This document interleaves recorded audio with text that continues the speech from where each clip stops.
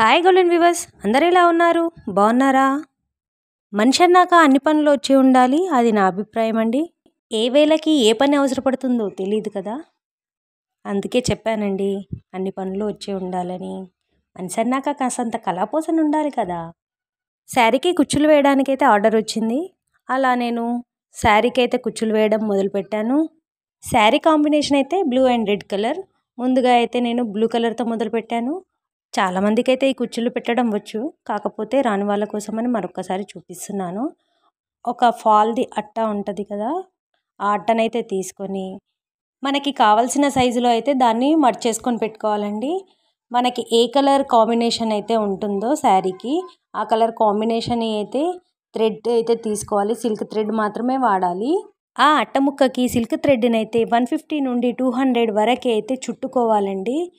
చుట్టేసుకొని మనకి మిషన్ దారం ఉంటుంది కదా, మన కొంగు అయితే ఏ కలర్ అయితే ఉంటుందో అదే కలర్ మిషన్ దారం అయితే తీసుకొని దానికి మధ్యలో అయితే ముళ్ళు అయితే వేసుకోవాలండి. ఒకటికి 2 సార్లు వేసుకోవచ్చు. ఎందుకనంటే అది లూజ్ అవుతుంటే ఒక్కొక్క పోగు ఊడిపోతుంది, కాబట్టి టైట్గా గట్టిగా అయితే ముడి వేసుకోవాలి. 3 టైమ్స్ ముడి వేసుకున్నా పర్లేదు, గట్టిగా వస్తుంది. కుచ్చు అనేది చాలా రోజుల వరకు అయితే ఉంటుంది. చూస్తున్నారు కదా, 2-3 టైమ్స్ అయితే ముడి అయితే వేసేసుకున్నాను నేను. ఇలా red colour and blue colour మొత్తం అయితే నేనైతే వేసేసుకున్నానండి. టైట్గా అయితే వేస్తూ ఉండాలి ఈ ముళ్ళు అనేవి, అప్పుడే జారిపోకుండా చాలా బాగా వస్తాయి.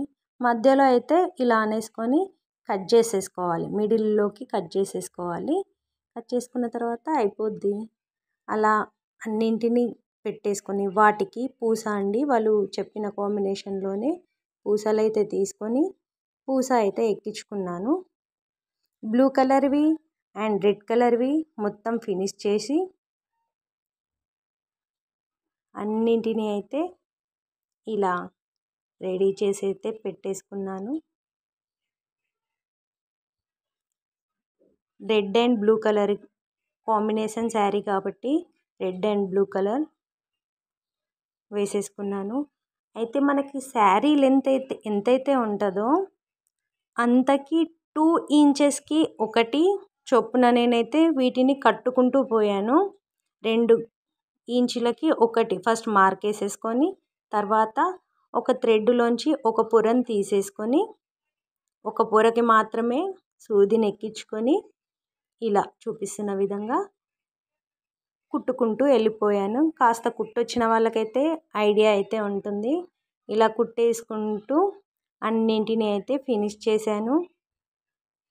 మీరు కూడా కుడతారా? కుడితే మీరు దీనికి ఎంత ఛార్జ్ చేస్తారు? నేనైతే 200 రూపీస్ తీసుకున్నానండి. మీరు శారీ కుర్చీలు వేస్తే మీరెంత ఛార్జ్ చేస్తారో నాకు ఒకసారి కామెంట్ చేయండి. మన వీడియోస్ని ఎంకరేజ్ చేస్తున్నందుకు చాలా థ్యాంక్స్ అండి మీ అందరికీ. మన వీడియోస్ నచ్చితే కనుక లైక్, షేర్ అండ్ సబ్స్క్రైబ్ చేయండి. మరిన్ని కొత్త వీడియోస్తోని మీ ముందుకు వస్తాను. ఇకపై ప్రతిరోజు ఒక వీడియో పెడుతూనే ఉంటానండి.